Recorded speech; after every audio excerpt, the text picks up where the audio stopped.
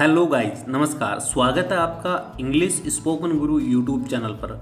आज फिर से हम टेंस सीखने वाले हैं। और हाँ, अगर आप दिल से टेंस सीखना चाहते हैं और अपनी स्टडी में इसको अप्लाई करना चाहते हैं तभी आप टेंस सीखना, अदरवाइज ये वीडियो आप यहीं छोड़कर जा सकते हैं। मैं हमेशा आपको बताता हूँ, दो चीज़ें सीखने के लिए बहुत ही ज़्यादा ज़रूरी होती है, एक अटेंशन और दूसरा टाइम। आप अपना टाइम निकालोगे, वीडियो पूरा देखोगे, विद अटेंशन देखोगे, तभी आप कुछ सीख पाओगे, वरना आप इस वीडियो को यहीं छोड़कर जा सकते हैं, कोई प्रॉब्लम नहीं है। तो चलिए शुरू करते हैं। Present tense. प्रेजेंट टेंस के अंदर मैंने आपको प्रेजेंट इंडेफिनिट टेंस का जो सेकंड वीडियो पार्ट सेकंड है उसमें मैंने कवर करवाया था प्रेजेंट इंडेफिनिट टेंस। आज इस वीडियो में हम सीखने वाले हैं present continuous tense. Continuous tense वो होता है जिसमें कोई काम लगातार हो रहा होता है, जारी काम होता है, उसके लिए हम प्रेजेंट कंटिन्यूस टेंस का यूज करते हैं। अब हिंदी सेंटेंस के अंदर मैं आपको पहचान बताऊं तो जब हम हिंदी सेंटेंस के अंदर लास्ट में रहा है, रही है, रहे हैं बोलते हैं तो वो सेंटेंस प्रेजेंट कंटिन्यूस का होता है। चलिए प्रेजेंट कंटिन्यूस टेंस के जो सिंपल सेंटेंस है उनकी बात कर लेते हैं। तो जो सेंटेंस स्ट्रक्चर है वो रहेगा सब्जेक्ट के बाद में is are am, helping verb का यूज होगा, मेन वर्ब के साथ में आईएनजी का यूज करना है, उसके बाद ऑब्जेक्ट और other word. Is are am helping verb में से आपको एक हेल्पिंग वर्ब का यूज करना है, वो भी सब्जेक्ट के अकॉर्डिंग। पहले आप एग्जांपल देख लीजिए, विकी खेल रहा है, विकी इज प्लेइंग, यहाँ पे इज हेल्पिंग वर्ब का यूज हुआ है, प्ले के साथ आईएनजी का यूज हुआ, प्ले यहाँ मेन वर्ब है। नेक्स्ट एग्जांपल है, आप अभी सीख रहे हैं, you are learning now. Now एक एडवर्ब है, लर्न मेन वर्ब की फर्स्ट फॉर्म के साथ आईएनजी का यूज हुआ है, आर यहाँ पे हेल्पिंग वर्ब का यूज हुआ है। आपको बता देता हूँ, नाउ जो है वो प्रेजेंट कंटिन्यूस टेंस की एक एडवर्ब है। जिस सेंटेंस के अंदर नाउ होगा वो सेंटेंस प्रेजेंट कंटिन्यूस टेंस का होगा, ये भी आप जरूर ध्यान में रखना।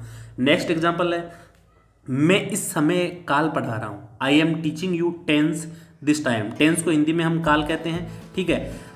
टीच यहाँ जो मेन वर्ब है उसके साथ आईएनजी का यूज हुआ है, एम यहाँ पे हेल्पिंग वर्ब का यूज हुआ है। दिस टाइम भी एक एडवर्ब है और ये भी प्रेजेंट कंटिन्यूस टेंस में ही प्रयोग होती है, यूज होती है, ठीक है। अब आपके एक क्वेश्चन जो दिमाग में है कि इज आर एम का यूज कैसे करना है वो मैं क्लियर करवा देता हूँ। चलिए यहाँ देख लीजिए आप कि इज आर एम का यूज आपको कैसे करना है। जब सब्जेक्ट सिंगुलर होता है, सिंगुलर सब्जेक्ट यानी एक वचन सब्जेक्ट होता है, जैसे ही, सी, इट, नेम, काउ, बुक, तो आपको इज का यूज करना है। एक वचन सब्जेक्ट के लिए इज का यूज करना है। प्लूरल सब्जेक्ट मतलब बहुवचन करता, you, we, they, boys, cats, ETC, ये अगर सब्जेक्ट हो तो आपको क्या करना है, आर का यूज करना है। और आई के साथ हमेशा ही एम का यूज होता है प्रेजेंट कंटिन्यूस टेंस के अंदर। I hope is are am का यूज आप अच्छे से कर लोगे। चलिए आगे बढ़ते हैं।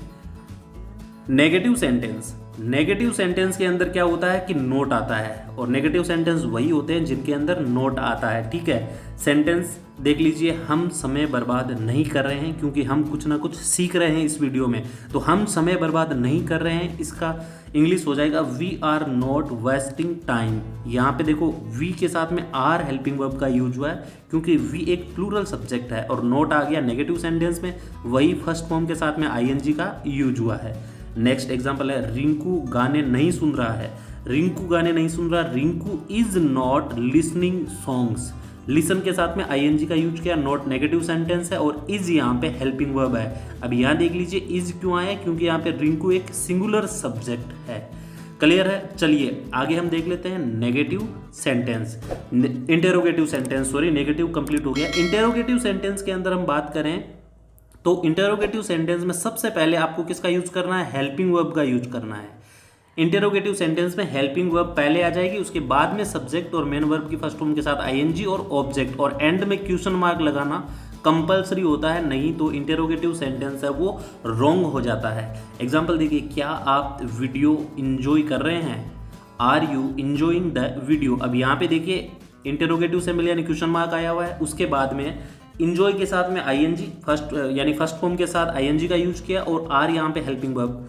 आर क्यों आया है, क्योंकि यहाँ पे सब्जेक्ट क्या है, यू, और यू एक प्लूरल सब्जेक्ट है। नेक्स्ट एग्जांपल है, क्या वह नई काल पढ़ रही है। अब ये सेंटेंस थोड़ा गलत हो गया, यहाँ पे क्या वह काल नहीं पढ़ रही है, नहीं बाद में आएगा, क्या वह काल नहीं पढ़ रही है। Is she not reading tense, काल वही यानी कि टेंस और रीड के साथ में आईएनजी का यूज हुआ है। नॉट ये इंटेरोगेटिव नेगेटिव सेंटेंस है, ये भी ध्यान रखना। नोट कब आएगा, नोट आएगा सब्जेक्ट के बाद में इंटेरोगेटिव नेगेटिव सेंटेंस के अंदर। आई होप ये बात समझ में आ गई कि नोट कब लगाना है, जब इंटेरोगेटिव नेगेटिव होगा तो सब्जेक्ट के बाद में नोट लगाना है। इज जो है ये हेल्पिंग वर्ब है और सी के साथ में इज का यूज हुआ है क्योंकि सी एक सिंगुलर सब्जेक्ट है। तो इस तरह से आपको इंटेरोगेटिव सेंटेंस बनाने हैं। अब इंटेरोगेटिव सेंटेंस का टाइप 2 है, यानी कि जिसमें WH वर्ड आते हैं, वो कैसे बनाने हैं वो आप यहाँ पर समझ लीजिए।